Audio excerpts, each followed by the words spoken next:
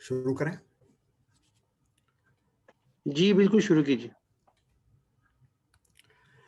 اعوذ باللہ من الشیطان الرجیم، بسم اللہ الرحمن الرحیم، والفجر ولیال عشر والشفع والوتر واللیل اذا یسر هل فی ذلک قسم لذی حجر علم تر کیف فعل ربک بعاد۔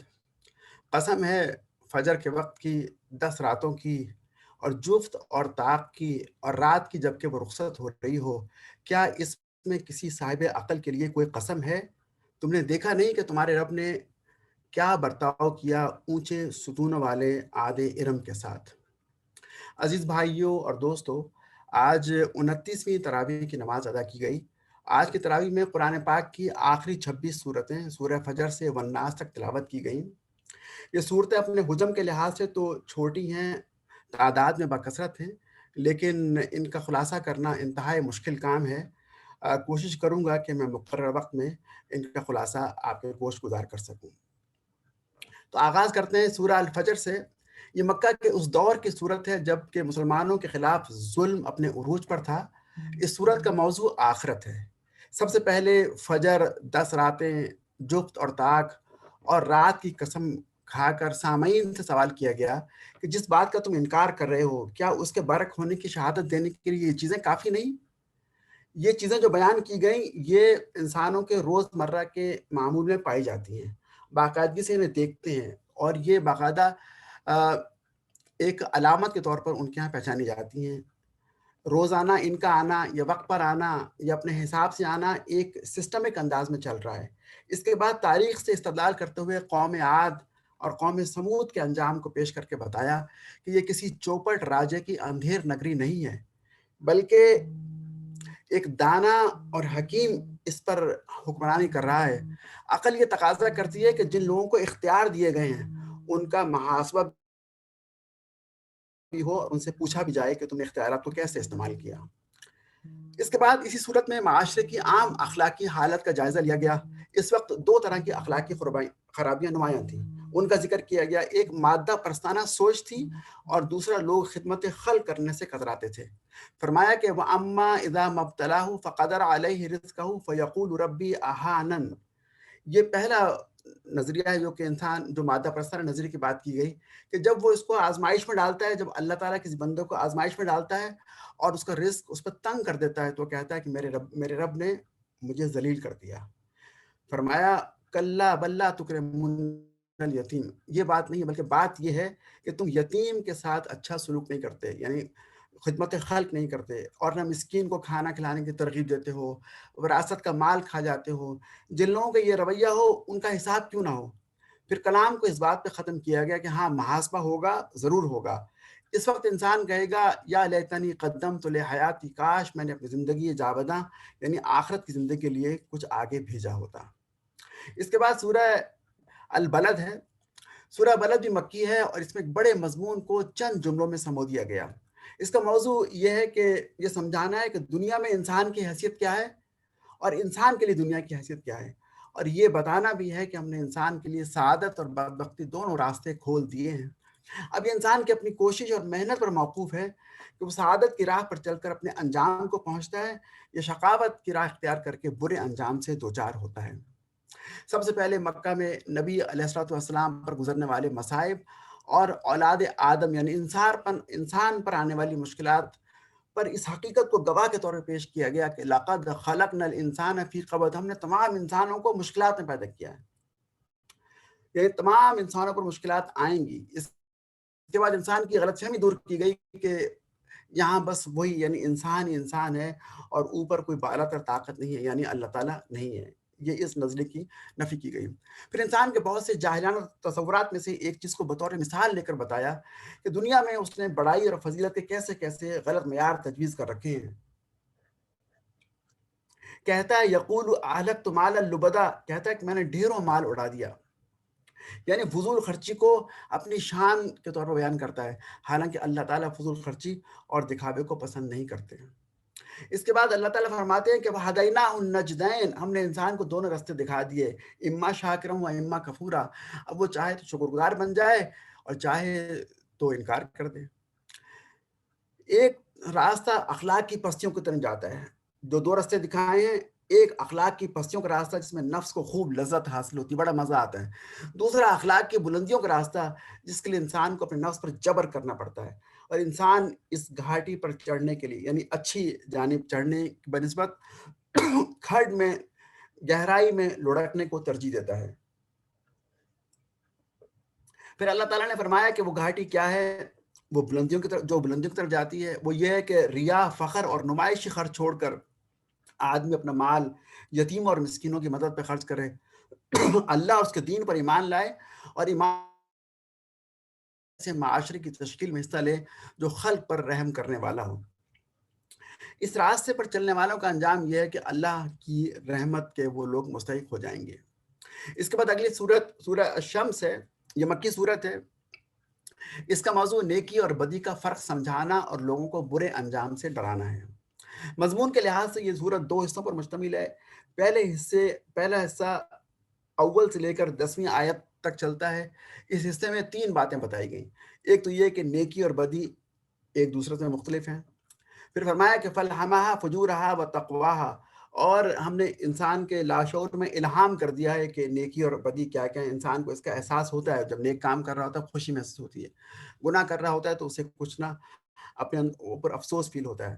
اور تیسری بات فرمائی کہ انسان کے مستقبل کا انحصار اس پر ہے کہ اپنے نفس کے اچھے اور برے رجحانات میں سے کس کو ابھارتا ہے اور کس کو دباتا ہے۔ سورہ مبارکہ کے دوسرے حصے میں قوم سمود کی مثال دے کر رسالت کی اہمیت سمجھائی گئی۔ صرف الہامی علم کافی نہیں ہوتا، بلکہ انسانوں کو سمجھانے کے لیے انبیاء کو بھیجا جاتا ہے، تاکہ انبیاء لوگوں کو کھول کے بتا دیں کہ نیکی کیا ہے، بدی کیا ہے، نہ صرف کھول کے بتائیں بلکہ نیک کام پر عمل کر کے ایک رول ماڈل کے طور پر پیش کر دیں۔ ایسے ہی ایک نبی حضرت صالح علیہ السلام قوم سمود کی جانب بھیجے گئے، مگر ان کی قوم نفس کی برائی میں غرق ہو کر اتنا سرکش ہو گئی کہ اس نے اپنے نبی کو جھٹلا دیا۔ قوم نے معجزے کے طور پر اونٹنی طلب کی، اللہ تعالیٰ نے اونٹنی پیش کر دی، لیکن اس کے بعد کیا ہوا، ایک شریر ترین آدمی ان کی قوم میں سے اٹھا اور اپنی قوم کی خواہش کے مطابق اس اونٹنی کو قتل کر دیا۔ اللہ فرماتے ہیں اس کا نتیجہ کیا ہوا، نتیجہ یہ ہوا کہ بالآخر پوری قوم ہلاک کر دی گئی۔ اس کے بعد اگلی سورت سورہ اللیل ہے، مکی سورت ہے، اس کا موضوع زندگی کے 2 مختلف راستوں کا فرق اور ان کے انجام اور نتائج کو بیان کرنا ہے۔ مضمون کے لحاظ سے یہ سورت بھی 2 حصوں پر مشتمل ہے۔ پہلے حصے میں بتایا گیا کہ انسان جو صحیح اور عمل کر رہے ہیں، ان سعیکم لشتیٰ، وہ مختلف نوعیتوں کی ہے، کچھ لوگ اچھے کام کر رہے ہوتے ہیں اور کچھ برے۔ پہلی خصوصیت کے حامل لوگ مال خرچ کرتے ہیں، خدا ترسی پرہیزگاری اختیار کرتے ہیں اور بھلائی کو بھلائی مانتے اور جانتے ہیں۔ ان لوگوں کے لیے نیکی کرنا آسان اور گناہ کرنا مشکل ہوتا ہے۔ دوسری قسم کے لوگ وہ ہیں جو کہ کنجوسی کرتے ہیں، خدا کی رضا اور ناراضگی کی فکر سے بے پرواہ ہو کر سچ کو مان کر نہیں دیتے، ان کے لیے گناہ کرنا آسان اور نیکی کرنا مشکل ہوتا ہے۔ دوسرے حصے میں اختصار کے ساتھ 3 حقیقتیں بیان کی گئی۔ پہلی حقیقت اللہ نے یہ بتائی کہ زندگی کے مختلف راستوں میں سے سیدھا راستہ کون سا ہے۔ دوسری حقیقت یہ بیان کی کہ دنیا اور آخرت دونوں کا مالک اللہ ہے۔ دنیا مانگو گے تو وہ اسی سے ملے گی، آخرت مانگو گے تو اس کا دینے والا بھی وہی اللہ ہے۔ یہ فیصلہ کرنا تمہارا اپنا کام ہے کہ تمہیں کیا چاہیے۔ تیسری حقیقت یہ بیان کی گئی کہ جو بدبخت اس بھلائی کو جھٹلائے گا جو رسول اور کتاب کے ذریعے پیش کی گئی ہے، تو اس کے لیے بھڑکتی ہوئی آگ تیار ہے۔ سورہ مبارکہ کے آخر میں فرمایا کہ الذی یؤتی مالہ یتزکیٰ، جو آدمی پوری بے غرضی کے ساتھ محض اپنے رب کی رضا جوئی کے خاطر اپنا مال راہ خیر میں خرچ کرے گا تو اس کا رب اس سے راضی ہوگا اور اسے اتنا کچھ دے گا کہ وہ خوش ہو جائے گا۔ اگلی سورہ الضحیٰ ہے، اس کا مضمون رسول اکرم صلی اللہ علیہ وسلم کو تسلی دینا ہے اور اس پریشانی کو دور کرنا ہے کہ جب نزول وحی میں ایک طویل وقفہ آ گیا، اس وقفے کی وجہ سے آپ پریشان ہوئے، تو اس پریشانی پر آپ کو تسلی دینے کے لیے یہ صورت نازل کی گئی۔ والضحیٰ واللیل اذا سجا، روشن دن اور پرسکون رات کی قسم کھا کر آپ کو اطمینان دلایا گیا کہ آپ کے رب نے آپ کو نہیں چھوڑا۔ یہ وحی کے معطل ہونے کا سلسلہ عارضی تھا، دوبارہ شروع ہو رہا ہے، اور نہ وہ آپ سے ناراض ہیں۔ اللہ جل شانہ فرماتے ہیں کہ ہم نے تو اے محمد تمہاری پیدائش کے دن سے مسلسل تم پہ مہربانیاں کی ہیں. تم یتیم پیدا ہوئے، ہم نے تمہاری پرورش کی. تم ناواقف راہ تھے، ہم نے تمہیں راستہ دکھایا. اس کے بعد آپ علیہ الصلوۃ والسلام کو خوشخبری دی گئی کہ جن شدید مشکلات سے آپ کو سابقہ پیش آ رہا ہے، یہ مشکلات عارضی ہیں. اور آخر میں نبی علیہ السلام سے کہا گیا کہ ان احسانات کے جواب میں اب خلق خدا کے ساتھ اچھا برتاؤ کیجئے، یتیم پر سختی نہ کیجئے، مانگنے والوں کو مت جھڑکیے، اور اپنے رب کی نعمتوں کا شکر ادا کرتے رہیے. یہ دراصل حضور سے کہہ کر ہمیں نصیحت کی جا رہی ہے کہ امت جو ہے وہ ان کاموں پر عمل پیرا ہو. اس کے بعد اگلی صورت علم نشرہ ہے، مکی صورت ہے، اور اس کا مدعا اور مقصد بھی رسول اکرم صلی اللہ علیہ وسلم کو تسلی دینا ہے. جب آپ نے اسلام کی تبلیغ شروع کی تو دیکھتے ہی دیکھتے وہ معاشرہ جو کہ آپ کے گن گاتا تھا آپ کا دشمن ہو گیا. وہی رشتہ دار، وہی دوست، اہل قبیلہ اور اہل محلہ جو آپ کی تعریفیں کرتے ہوئے تھکتے نہیں تھے، وہ آپ کو گالیاں دینے لگے. تو اللہ تعالیٰ نے پہلے تو آپ کو بتایا کہ ہم نے آپ کو 3 بہت بڑی نعمتیں عطا کی ہیں، اس لیے آپ پریشان نہ ہوں. لوگوں کو رویے سے نہ پریشان ہو، کیونکہ آپ کے اس کام کے بدلے میں ہم نے آپ کو 3 بڑی نعمتیں دی ہیں. پہلی نعمت آپ کو شرح صدر کی، یعنی اپنے کام پر آپ کو اطمینان ہے اور آپ مطمئن ہو کر یہ کام کر رہے ہیں، یہ پہلی نعمت ہے. دوسری نعمت یہ ہے کہ آپ بہت پریشان رہا کرتے تھے معاشرے کے حالات کو دیکھ کر، برائیوں کو دیکھ کر کہ معاشرہ کیسے ٹھیک ہوگا، اس کی اصلاح کیسے ہوگی.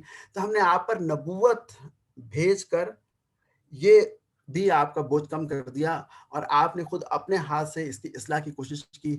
یہ دوسری نعمت تھی. اور تیسری نعمت یہ کہ آپ کا ذکر بلند کر دیا، اور اتنا رفع ذکر آپ کا کیا کہ کوئی بھی انسان آپ کے برابر نہیں پہنچ سکتا. آج بھی ہم دیکھتے ہیں کہ پوری دنیا میں ہر جگہ اللہ کے رسول علیہ السلام پہ درود بھیجا جاتا ہے. اذان ہوتی ہے تو اذان میں آپ کا نام ہوتا ہے. کروڑوں لوگ آپ سے محبت کرتے ہیں، آپ کی خاطر جان مال سب کچھ قربان کرنے کے لیے تیار رہتے ہیں. تو یہ آپ کے رفع ذکر کی بات ہے. پھر آخر میں نبی علیہ الصلوۃ والسلام کو ہدایت فرمائی گئی کہ ابتدائی دور کی ان سختیوں کا مقابلہ کرنے کی طاقت آپ کے اندر ایک چیز سے آ سکتی ہے، وہ یہ ہے کہ جب آپ اپنے مشاغل سے فارغ ہوں تو عبادت کیا کریں.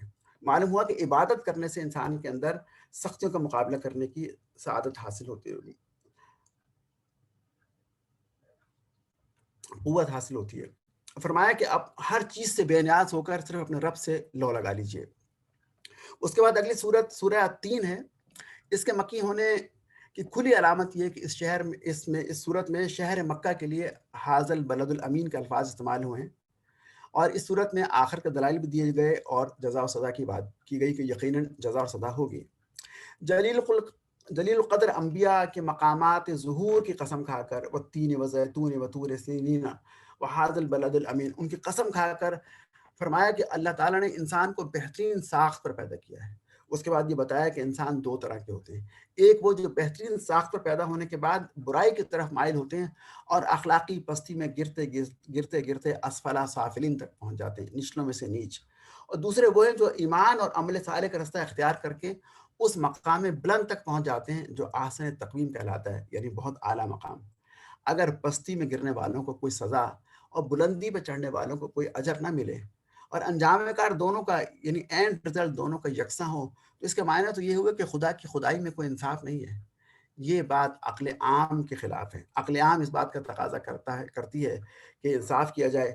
ہم دنیا کے بادشاہوں سے چاہتے ہیں کہ انصاف کریں، تو اللہ تعالیٰ تو تمام بادشاہوں کا بادشاہ ہے، وہ یقیناً انصاف کرے گا.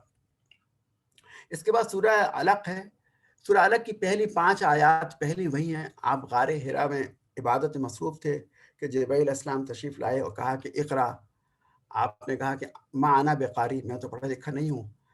اور اس کے بعد دوبارہ کہا، اس کے بعد پھر آپ کے سینے مبارک کو بھینچا اور پھر آپ سے پڑھنے کا کہا تو آپ نے پڑھنا شروع کر دیا. یہ پہلا حصہ پہلی 5 آیات پہ تھا. دوسرا حصہ اس وقت نازل ہوا جب رسول علیہ الصلوۃ والسلام نے کعبہ کے صحن میں اسلامی طریقے پر نماز پڑھنی شروع کر دی، اور ابو جہل نے آپ کو ڈرا دھمکا کر اسے روکنا چاہا. ارایت الذی ینہا، اللہ تعالیٰ فرماتے ہیں تم نے دیکھا اس شخص کو، یعنی ابو جہل کو، جو منع کرتا ہے اس شخص کو ابداً اذا صلی، جبکہ وہ بندہ نماز پڑھتا ہے، یعنی جب حضور نماز پڑھتے ہیں تو آپ کو منع کرتا ہے. دیکھو اگر وہ ابو جہل باز نہ آیا تو ہم اس کی پیشانی کے بال پکڑ کر گھسیٹیں گے. اس پیشانی کو جو جھوٹی اور سخت خطا کار ہے وہ بلا لے اپنے حامیوں کی ٹولی کو، اور ہم بھی عذاب کے فرشتوں کو بلا لیں گے. اگلی سورہ سورہ القدر ہے. اس کا موضوع لوگوں کو قرآن کی قدر و قیمت اور لیلۃ القدر کی اہمیت سے واقف کرانا ہے. قرآن تقدیر ساز رات، شب قدر جسے ہم کہتے ہیں فارسی میں، اور نائٹ اور پاور کہا جاتا ہے انگلش میں. یہ رات جو ہے وہ رمضان کے آخری عشر کی طاق راتوں میں رکھی گئی ہے. شب قدر کے دو معنی ہیں. ایک یہ وہ رات ہے جس میں تقدیروں کے فیصلے کر دیے جاتے ہیں. اس رات میں اس قرآن کا نزول محض ایک کتاب کا نزول نہیں، بلکہ یہ وہ کلام ہے جو نہ صرف قریش بلکہ عرب اور دنیا کی تقدیر بدل کر رکھ دے گا. ایک تو یہ اس رات کی اہمیت ہے، اور دوسرے اس کے معنی یہ ہے کہ یہ بڑی قدر و منزلت والی رات ہے، اور یہ رات 1000 مہینوں کی عبادت سے زیادہ بہتر ہے. کفار قرآن پاک کو اپنے لیے ایک مصیبت سمجھتے ہیں اور اسے کوستے کہ یہ کیا بلا ہم پر نازل ہو گئی ہے. فرمایا یہ تو بڑی بابرکت کتاب ہے، یہ کوئی بلا نہیں ہے بلکہ بابرکت کتاب ہے. آخر نے بتایا کہ اس رات میں روح الامین یعنی شب قدر میں روح الامین اور فرشتے ہر کام کے انتظام کے لیے اپنے پروردگار کے حکم سے اترتے ہیں، اور فجر تک یہ سلسلہ جاری رہتا ہے. سلام ہی حتی مطلع الفجر، اور یہ رات طلوع فجر تک سراسر سلامتی والی رات ہے. اس کے بعد اگلی صورت سورہ البینہ ہے، مدنی صورت ہے، اور اس کا موضوع یہ ہے کہ یہ بتایا گیا کہ قرآن کے ساتھ ساتھ ایک رسول بھیجنا کیوں ضروری تھا. سب سے پہلے رسول بھیجنے کی ضرورت بیان کی گئی، وہ یہ کہ دنیا کے لوگ جس کفر کی حالت میں مبتلا تھے اس سے ان کا نکلنا اس کے بغیر ممکن نہ تھا کہ ایک ایسا رسول بھیجا جائے جس کا وجود خود اپنی رسالت پر دلیل روشن ہو اور لوگوں کے سامنے خدا کی کتاب کو اس کے اصلی اور صحیح صورت میں پیش کرے. اس کے بعد فرمایا کہ اہل کتاب یعنی یہود اور نصارہ اپنی گمراہیوں کے خود ذمہ دار ہیں.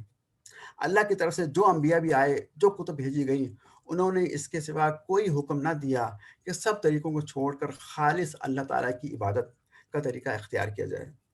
آخر میں صاف صاف ارشاد فرمایا کہ جو اہل کتاب اور مشرکین اس رسول کو ماننے سے انکار کریں گے وہ بدترین خلائق یعنی بدترین مخلوق اور جہنمی ہیں. اگلی سورہ سورہ زلزال ہے، یہ بھی مدنی صورت ہے، اور اس کا موضوع یہ ہے کہ ان سب اعمال کا پورا کچھا چٹھا انسان کے سامنے آ جائے گا جو اس نے دنیا میں کیے تھے، یعنی جو اعمال آج کیے ہیں وہ آخرت میں دکھا دیے جائیں گے. سب سے پہلے 3 مختصر جملوں میں یہ بتایا کہ موت کے بعد دوسری زندگی کس طرح واقع ہوگی، وہ انسان کے لیے کیسی حیران کن ہوگی. پھر 2 فقروں میں بتایا کہ یہی زمین جس پر انسان نے ہر طرح کے اعمال کیے ہیں، جس کے متعلق کبھی اس کے وہم و گمان میں بھی یہ بات نہ آئی تھی کہ یہ بے جان چیز کسی وقت اس کے اعمال کی گواہی دے گی. اس روز اللہ تعالیٰ کے حکم سے زمین بول پڑے گی اور ایک ایک انسان کے متعلق یہ بتا دے گی کہ کس انسان نے کس وقت اور کہاں کون سا عمل کیا تھا. اس کے بعد فرمایا کہ اس دن زمین کے گوشے گوشے سے انسان گروہ در گروہ اپنی قبروں سے نکل کر آئیں گے تاکہ ان کے اعمال ان کو دکھا دیے جائیں، اور یہ اعمال کی پیشی ایسے مکمل اور مفصل یعنی ڈیٹیلڈ ہوگی کہ کوئی ذرہ برابر نیکی یا ذرہ برابر گناہ ایسا نہ رہ جائے گا جو سامنے نہ آ سکے. اس کے بعد اگلی صورت سورہ العادیات ہے، مکی صورت ہے، اور اس کا مقصود لوگوں کو یہ سمجھانا ہے کہ انسان آخرت کا منکر یا اس سے غافل ہو کر کیسی اخلاقی پستی میں گر جاتا ہے. یعنی جو لوگ آخرت پر یقین نہیں رکھتے ان کا کردار کتنا خراب ہو جاتا ہے، یہ اس صورت میں بتایا گیا ہے. اور ساتھ ساتھ لوگوں کو اس بات سے خبردار کرنا ہے کہ آخرت میں صرف ان کے ظاہری افعال ہی کی نہیں بلکہ وہ حصلہ معافی صدور جو سینوں میں جو کچھ ہے وہ بھی چھپے ہوئے راز بھی نکال کے باہر رکھ دیے جائیں گے اور ان کی بھی جانچ پڑتال ہوگی. نبی اکرم صلی اللہ علیہ وسلم کی بعثت کے وقت عرب میں بدامنی پھیلی ہوئی تھی، سارا ملک اس سے تنگ تھا، ہر طرف کشت و خون لوٹ مار کا بازار گرم تھا. اس صورتحال کی جانب اشارہ کر کے بتایا کہ انسان خدا کی دی ہوئی قوتوں کو ظلم و ستم اور لوٹ مار کے لیے استعمال کر رہا ہے. وہ مال و دولت کی محبت میں اندھا ہو کر ہر طریقے سے اسے حاصل کرنے کی کوشش کرتا ہے. موت کے بعد دوسری زندگی اور اس میں خدا کے حضور جواب دہی سے ناواقف ہو کر انسان اپنے رب کا ناشکرہ ہو گیا ہے، یعنی دنیا کی خاطر اور آخرت کے انکار کی بنا پر ناشکرہ ہو گیا ہے. ان کی یہ روش ہرگز نہ ہوتی اگر ان کا آخرت پر ایمان ہوتا. یعنی بتایا گیا ہے کہ آخرت پہ ایمان کی وجہ سے دنیا میں انسان کا کردار بالکل مختلف ہو جاتا ہے. اس کے بعد اگلی صورت سورہ القاریہ ہے، مکی صورت ہے، اور اس کا مضمون بھی قیامت اور آخرت ہے. سب سے پہلے انسانوں کو چونکا دینے والے انداز میں فرمایا کہ القاریہ تم القاریہ، کیا ہے عظیم حادثہ اور کیا ہے وہ عظیم حادثہ، تم کیا جانو کہ وہ القاریہ کیا ہے. دو جملوں میں ان کے سامنے قیامت کا نقشہ پیش کر دیا گیا۔ وہ دن جب لوگ بکھرے ہوئے پروانوں کی طرح ہو جائیں گے، وَتَكُونُ الْجِبَالُ كَالْعِهْنِ الْمَنْفُوشِ، اور پہاڑ رنگ برنگ کے دھنکے ہوئے اون کے مانند اڑ رہے ہوں گے۔ پھر بتایا کہ آخرت میں جب لوگوں کا حساب کرنے کے لیے اللہ تعالیٰ کی عدالت قائم ہوگی تو اس میں فیصلہ اس بنیاد پر ہوگا کہ کس شخص کے نیک اعمال زیادہ وزنی ہیں اور کس کے برے اعمال زیادہ وزنی ہیں۔ پہلی قسم کے لوگوں کو وہ عیش نصیب ہوگا جس سے وہ خوش ہو جائیں گے، اور دوسری قسم کے لوگوں کو اس گہری کھائی میں پھینک دیا جائے گا جو آگ سے بھری ہوئی ہوگی۔ اگلی سورہ التکاثر ہے، مکی صورت ہے۔ اس صورت میں لوگوں کو دنیا پرستی کے برے انجام سے خبردار کیا گیا ہے۔ دنیا کے ہر معاملے میں انسان کثرت چاہتا ہے، دنیا کی ہر چیز کو کثرت سے حاصل کرنا چاہتا ہے۔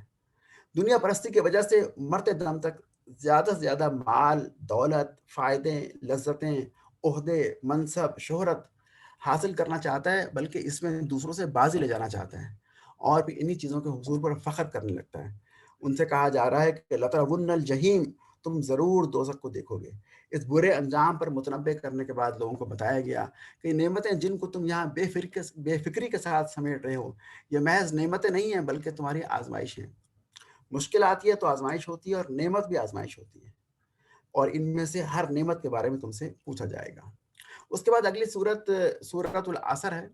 یہ صورت جامع اور مختصر کلام کا بے نظیر نمونہ ہے۔ اس کے اندر چند جچے تلے الفاظ میں معنی کی ایک دنیا بھر دی گئی ہے۔ بالکل بے ٹوک طریقے سے بتا دیا گیا کہ انسان کی فلاح کا راستہ کون سا ہے، اس کی تباہی اور بربادی کا راستہ کون سا ہے۔ امام شافعی رحمۃ اللہ علیہ نے کہا کہ اگر لوگ اس صورت پر غور کریں تو یہی ان کی ہدایت کے لیے کافی ہے۔ اس صورت میں بتایا گیا کہ آخرت میں صرف وہی لوگ کامیاب ہوں گے جنہوں نے چار کام کیے ہوں گے، جو ایمان لائے، نیک عمل کرتے رہے، ایک دوسرے کو حق کی نصیحت کی اور صبر کی تلقین کرتے رہے۔ پہلے دو کام ایمان لانا اور عمل صالح کرنا انفرادی کام ہے، اور دوسرے دو کام اجتماعی ہیں، یعنی مل جل کر ایک گروپ میں اور ایک جماعت کی شکل میں انجام دینا ہوں گے۔ اگلی صورت سورۃ الہمزہ ہے۔ اس صورت میں چند اخلاقی برائیوں کی مذمت کی گئی جو جاہلیت کے معاشرے میں لالچی اور زر پرست مالداروں کے اندر پائی جاتی تھیں، جنہیں ہر عرب جانتا تھا کہ یہ برائیاں فی الوقت اس کے معاشرے میں موجود ہیں۔ اس کے بعد یہ بتایا گیا کہ آخرت میں ان لوگوں کا انجام کیا ہوگا جن کا یہ کریکٹر ہے۔ دو پہلو بیان کیے گئے، ایک پہلو دنیا میں ان کا کیا عمل ہے، دوسرا آخرت میں کیا انجام ہوگا، اور یہ دو پہلو ایسے انداز سے بیان کیے گئے کہ سننے والا خود بخود اس نتیجے پر پہنچ جاتا ہے کہ اس طرح کے کردار کا یہی انجام ہونا چاہیے۔ فرمایا جو منہ پر لوگوں کو تانے دیتے ہیں، پیٹھ پیچھے برائیاں کرتے ہیں، مال گن گن کر رکھتے ہیں، انہیں چکنا چور کر دینے والی جگہ میں پھینک دیا جائے گا، اور تم کیا جانو کہ کیا ہے وہ چکنا چور کر دینے والی جگہ؟ یہ اللہ کی بھڑکائی ہوئی آگ ہے جو دلوں تک پہنچے گی۔ اس کے بعد اگلی صورت سورہ الفیل ہے۔ یہ مکی صورت ہے اور اس میں اس واقعے کی جانب اشارہ ہے جب 571 عیسوی میں یمن کے حبشی سردار نے ہاتھیوں کے لشکر کے ساتھ خانہ کعبہ کو گرانے کے لیے مکہ پر چڑھائی کی۔ اللہ نے خود اپنے گھر کی حفاظت کی۔ پرندوں کے لشکر ابابیل، جن کی چونچ اور پنجوں میں کنکر تھے، وہ آئے اور کنکر پھینکے، جس کی بنا پر پوری کی پوری فوج اور ہاتھی سب کے سب ہلاک ہو گئے۔ اس واقعے کی تفصیلات نہیں بتائی گئی کیونکہ یہ واقعہ ریسنٹ پاس میں ہوا تھا اور عرب کے لوگ اس سے واقف تھے، اس لیے اللہ تعالیٰ نے تفصیلات نہیں بتائیں۔ لیکن ایک بات بڑی اہم ہے کہ جب واقعہ ہوا اور اللہ تعالیٰ نے خانہ کعبہ کی حفاظت کی، اس کے بعد عربوں نے بتوں کی پوجا چھوڑ دی اور کئی سال تک صرف ایک اللہ کی عبادت کرتے رہے، لیکن پھر دوبارہ کچھ سالوں کے بعد انہوں نے اپنے معبودان باطل کی عبادت دوبارہ شروع کر دی۔ یہ واقعہ یاد دلا کر قریش سے کہا جا رہا ہے کہ تمہارے دوسرے معبودوں کو چھوڑ کر، کہ تمام دوسرے معبودوں کو چھوڑ کر صرف اللہ وحدہ لا شریک کی عبادت کرو اور اصحاب فیل کے انجام سے عبرت حاصل کرو۔ اس کے بعد اگلی سورت قریش ہے، مکی صورت ہے۔ یوں تو قریش پر اللہ تعالیٰ کی بہت سی نعمتیں ہیں، ان میں سے ایک نعمت یہ ہے کہ وہ اللہ کے فضل سے گرمیوں میں شام کے سفر کرتے ہیں اور سردیوں میں یمن کا۔ اس سفر میں کاروبار ہوتا ہے اور کاروبار سے انہیں بہت سے مالی فوائد حاصل ہوتے ہیں۔ چونکہ وہ حرم کے متولی ہیں تو اس لیے ان کے قافلے محفوظ رہتے ہیں، ان کو کوئی لوٹتا نہیں ہے۔ اس صورت میں اللہ تعالیٰ نے قریش کو توجہ دلائی کہ یہ اللہ کے اس احسان کے جواب میں ہونا تو چاہیے تھا کہ وہ اللہ تعالیٰ کا شکر ادا کر دے، لیکن وہ تو ناشکرے ہیں اور نمک حرامی کر رہے ہیں۔ انہیں تو چاہیے تھا کہ فَلْيَعْبُدُوا رَبَّ هَٰذَا الْبَيْتِ، کہ وہ اس گھر کے رب کی عبادت کریں جس نے انہیں بھوک میں کھانا کھلایا اور خوف میں امن بخشا۔ اس کے بعد اگلی سورت سورہ المعون ہے۔ معاون کے معنی ہوتے ہیں استعمال کی معمولی چیزیں، مکی صورت ہے۔ اس کا موضوع یہ بتانا ہے کہ آخرت پر ایمان نہ لانے والوں کے اخلاق کیسے ہوتے ہیں۔ ان لوگوں کے بارے میں فرمایا فَذَٰلِكَ الَّذِي يَدْعُو الْيَتِيمَ، یہ وہ بدبخت ہے جو یتیم کو دھکے دیتا ہے اور مسکین کو کھانا کھلانے کی ترغیب نہیں دیتا۔ آخری 4 آیتوں میں منافقین کا حال بیان کیا گیا۔ منافقین کی خاصیت یہ ہے کہ وہ نماز سے غافل رہتے ہیں، نیک عمل دکھا کر کرتے ہیں، ریاکاری کرتے ہیں، اور ضرورت کی عام چھوٹی موٹی چیزیں لوگوں کو مانگنے پر نہیں دیتے۔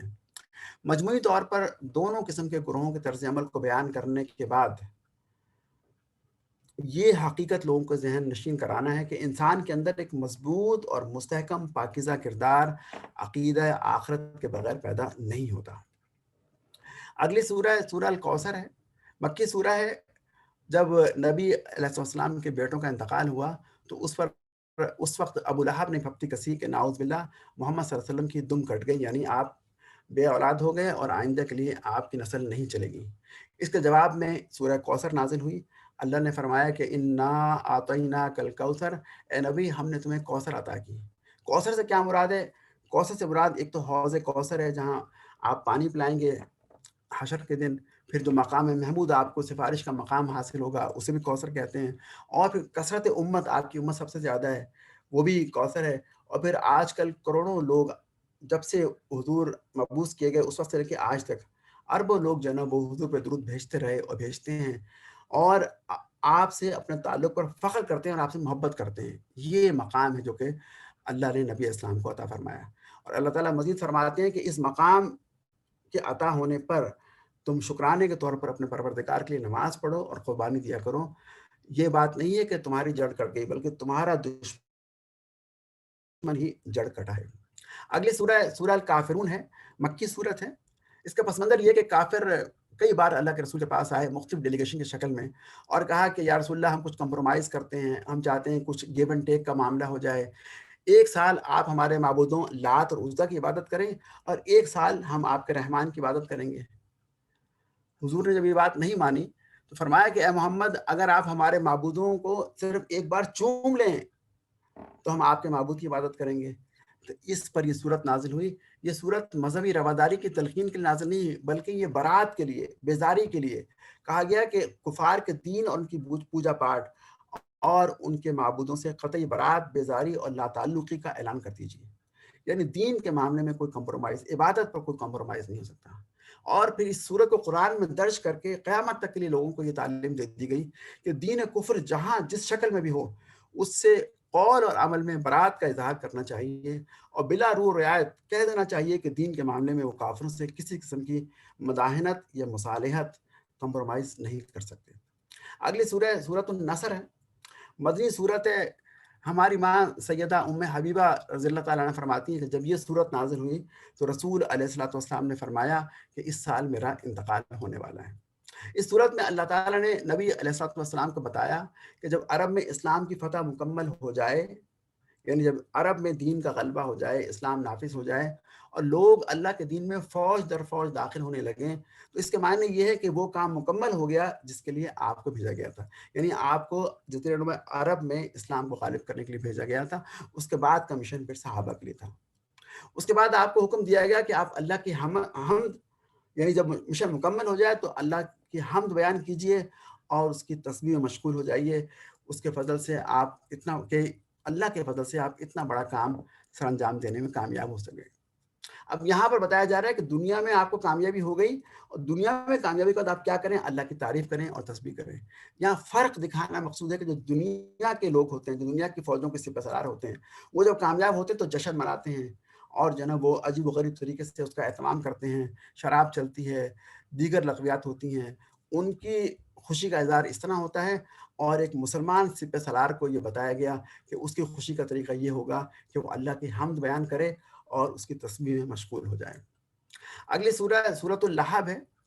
یہ مکی صورت ہے اور قرآن پاک میں یہ واحد مقام ہے جہاں ایک دشمن اسلام کا نام لے کر اس کی مذمت کی گئی۔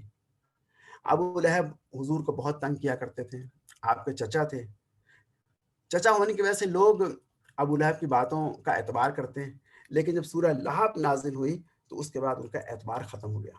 اس صورت میں حضور کے چچا کی مذمت کی گئی تو لوگوں کو معلوم ہو گیا کہ حضور کے دین کا کہ حضور صلی اللہ علیہ وسلم دین کے معاملے میں کسی کا لحاظ کر کے کمپرومائز نہیں کرتے۔ جب اعلان رسول علیہ السلام کے اپنے چچا کی خبر لے ڈالی گئی تو لوگ سمجھ گئے کہ یہاں کسی لاگ لپیٹ کی گنجائش نہیں، غیر اپنا ہو سکتا ہے اگر ایمان لے آئے، اور اپنا غیر ہو جائے گا اگر وہ انکار کر دے، وہ کافر ہو جائے۔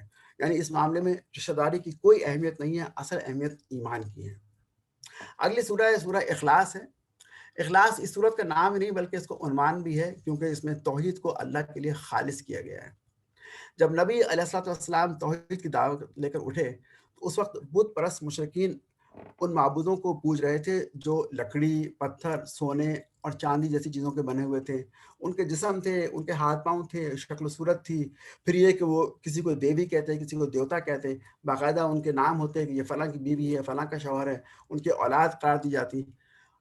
یہ ان کا پس منظر تھا۔ تو ایک دفعہ وہ حضور کے پاس آئے اور آ کر آپ سے کہا کہ یا رسول اللہ، اے محمد صلی اللہ علیہ وسلم، ہمارے تو معبود لکڑی، پتھر، سونے کے بنے ہوئے ہیں، تو آپ کا معبود کس چیز سے بنا ہوا ہے؟ ذرا اس کی تشریح کیجیے، بتائیے۔ اس پر یہ صورت نازل ہوئی اور قرآن کا یہ اعجاز ہے کہ اس نے ان سوالات کا جواب چند الفاظ میں دے کر اللہ کی ہستی کا ایسے واضح تصور پیش کر دیا کہ جو تمام مشرکانہ تصورات کو ختم کر دینے والا ہے، اور آپ کی اللہ کی ذات سے منسوب مخلوقات والی صفات بالکل الگ کر دی گئی۔ فرما دیا گیا کہ اللہ ایک ہے، اللہ بے نیاز ہے، نہ اس نے کسی کو جنا، نہ کسی نے اس کو جنا، اور کوئی اس کا ہمسر نہیں ہے۔ تو یہ کہہ کر بات کو ختم کر دیا گیا۔ سیدہ عائشہ فرماتی ہیں کہ یہ بخاری مسلم کی متفق علیہ حدیث ہے کہ ایک دفعہ رسول اکرم صلی اللہ علیہ وسلم نے ایک صاحب کو مہم کا سردار بنا کر بھیجا۔ پورے سفر کے دوران ان صاحب کا، ان قائد کا طریقہ یہ رہا کہ ہر نماز میں وہ سورہ فاتحہ اور ایک سورت پڑھنے کے بعد پھر سورہ قل واللہ احد پڑھ کے اپنی قرات کو ختم کرتے ہیں۔ واپسی پر ان کے ساتھیوں نے حضور سے اس بات کا ذکر کیا۔ آپ نے فرمایا کہ ان سے پوچھو وہ ایسا کیوں کرتے تھے۔ جب ان سے پوچھا گیا تو انہوں نے کہا کہ اس میں رحمان کی صفت بیان کی گئی ہے، اس لیے مجھے اس کا پڑھنا بہت محبوب ہے۔ حضور نے یہ بات سنی تو لوگوں سے فرمایا کہ اخبرہ ان اللہ تعالیٰ یحبہ، آپ اس شخص کو خبر دے دو کہ اللہ تعالیٰ اسے محبوب رکھتا ہے۔ یعنی سورہ احد پڑھنے کی بنا پر اللہ تعالیٰ بندے سے محبت رکھتا ہے، بندے کو محبوب بنا لیتا ہے۔ اس کے بعد آخری دو صورتیں الفلق اور الناس ہیں، جنہیں معوذتان یا معوذتین کہتے ہیں۔ جو اسلام کی دعوت پھیلتی گئی، کفار مکہ کی مخالفت بھی شدید تر ہوتی چلی گئی۔ کفار کے دلوں میں تو حضور کے خلاف ہر وقت دشمنی کی بھٹیاں سلگتی رہتی تھیں۔ مشورے کیے جاتے تھے کہ کوئی ایسا موقع ملے کہ چھپ کر حضور کو ہلاک کر دیا جائے، آپ کے خلاف کوئی جادو ٹونا کیا جائے، کوئی ایسا معاملہ ہو کہ آپ بیمار پڑ جائیں یا آپ کا ذہنی توازن ٹھیک نہ رہے یا آپ وفات پا جائیں۔ تو اس طرح کی کوششوں میں وہ لوگ لگے ہوئے تھے اور ان کے دلوں میں حسد کی آگ جل رہی تھی۔ ان حالات میں، ان دو صورتوں میں نبی علیہ الصلوۃ والسلام سے فرمایا کہ ان لوگوں سے کہہ دو کہ میں پناہ مانگتا ہوں صبح کے رب کی، تمام مخلوقات کے شر سے، رات کے اندھیرے، جادوگروں اور جادوگرنیوں کے شر سے اور حاسدوں کے شر سے۔ یعنی حضور سے فرمایا گیا کہ آپ اس طرح کہہ کر اللہ تعالیٰ کی پناہ میں آ جائیں۔ پھر ان سے کہہ دو کہ میں پناہ مانگتا ہوں انسانوں کے رب، انسانوں کے بادشاہ، انسانوں کے معبود کی ہر اس وسوسہ انداز کے شر سے جو بار بار پلٹ کر آتا ہے، یعنی شیطان الخناس، اور لوگوں کے دلوں میں وسوسے ڈالتا ہے، خواہ وہ شیاطین جن میں سے ہو یا شیاطین انسانوں میں سے۔ یہ صورتیں عام طور پر جادو اور نظر بد کے لیے بھی پڑھی جاتی ہیں۔ اس کے ساتھ ہی قرآن پاک کا یہ جو خلاصے کا پروگرام تھا یہ ختم ہوا۔ اللہ تعالیٰ کا شکر ہے کہ اللہ تعالیٰ نے ہمیں ماہ رمضان کی ان مبارک راتوں میں قرآن مجید کا خلاصہ بیان کرنے اور سننے کی توفیق عطا فرمائی۔ ہم اس نعمت پر جتنا بھی شکر ادا کریں کم ہے۔ اس موقع پر میں منتظمین، خاص طور پر اسد بھائی اور دیگر اور باقی جو 4 مربین ہیں، ان کی جانب سے تمام خواتین و حضرات کا دل کی گہرائیوں سے شکر ادا کرتا ہوں، انہیں مبارکباد بھی پیش کرتا ہوں کہ اس پروگرام میں شریک ہوئے۔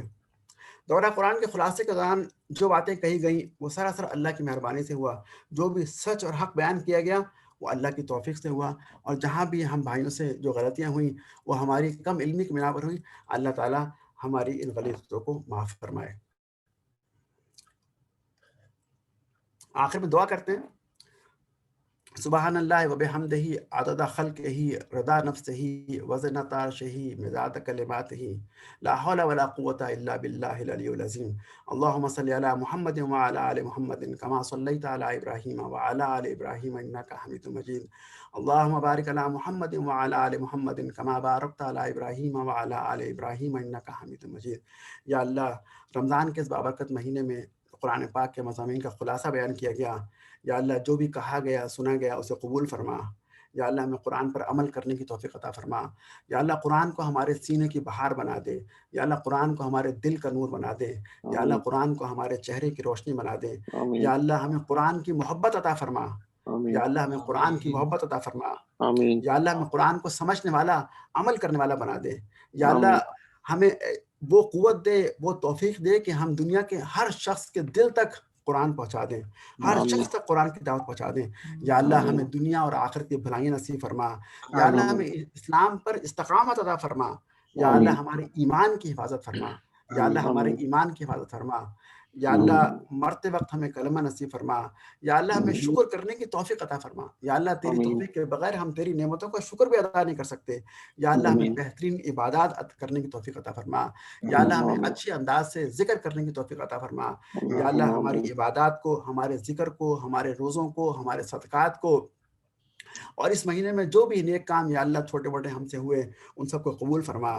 یا اللہ، ہمارے اخلاق کو نکھار دے. یا اللہ، ہمارے معاملات کو سنوار دے. یا اللہ، ہماری عادات کو ٹھیک کر دے. یا اللہ، ہمارے دل تیری مٹھی میں ہیں. یا اللہ، تو جس جانب چاہے ان سے موڑ سکتا ہے.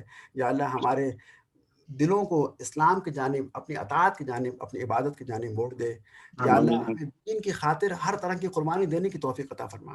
یا اللہ، ہمارا جینا، ہمارا مرنا، ہماری عبادات، ہمارے رسومات سارے کے سارے یا اللہ تیری خاطر ہوں. یا اللہ، ہمیں قیامت میں اپنے خاص بندوں میں شامل فرما. یا اللہ، ہمیں قیامت میں ان بندوں میں شامل فرما جو اہل قرآن میں سے ہوں گے. یا اللہ، ان بندوں میں شامل فرما جن کو تو عرش کا سایہ دے گا، جو خاص VIP پروٹوکول جن کو ملے گا. یا اللہ، ان بندوں میں ہمیں شامل فرما.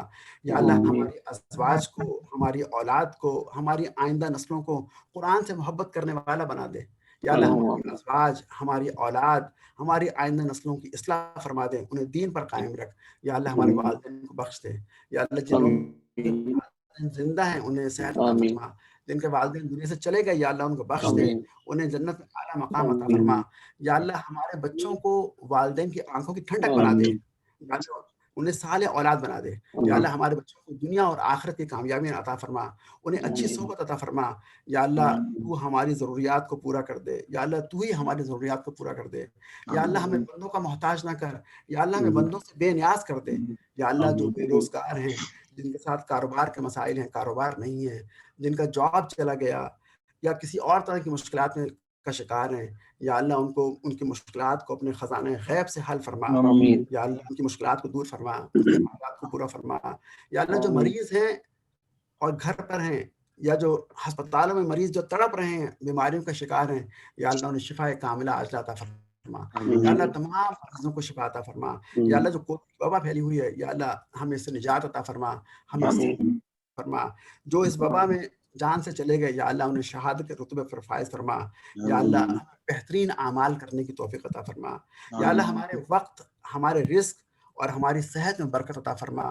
یا اللہ، ہم پہ رحم فرما، ہم پہ کرم فرما. یا اللہ، امت مسلمہ کو قوت عطا فرما. یا اللہ، غزہ، فلسطین اور کشمیر اور جہاں جہاں مسلمان مجبور اور مظلوم ہیں، ان پہ ظلم اور زیادتی ہو رہی ہے، یا اللہ اس کی تلافی فرما، بہترین حل سے نکال دے. یا اللہ، ہم اپنے گناہوں کا اعتراف کرتے ہیں. یا اللہ، ہم گناہ گار ہیں، خطا کار ہیں، سیاہ کار ہیں. یا اللہ، ہم اپنے گناہوں پہ نادم ہیں. یا اللہ، ہم شرمندہ ہیں. یا اللہ، ہم اپنے گناہوں کو چھوڑنے اور آئندہ نہ کرنے کا پکا ارادہ کرتے ہیں. یا اللہ، تو ہماری توبہ کو قبول فرما. یا اللہ، ہم سب بھائیوں کو جو اس وقت موجود ہیں ان سب کی توبہ کو قبول فرما. یا اللہ، تو معاف کر دے. یا اللہ، تو ہمیں اپنی رحمت میں ڈھانپ لے. یا اللہ، تو ہم پہ اپنی سکینت نازل فرما.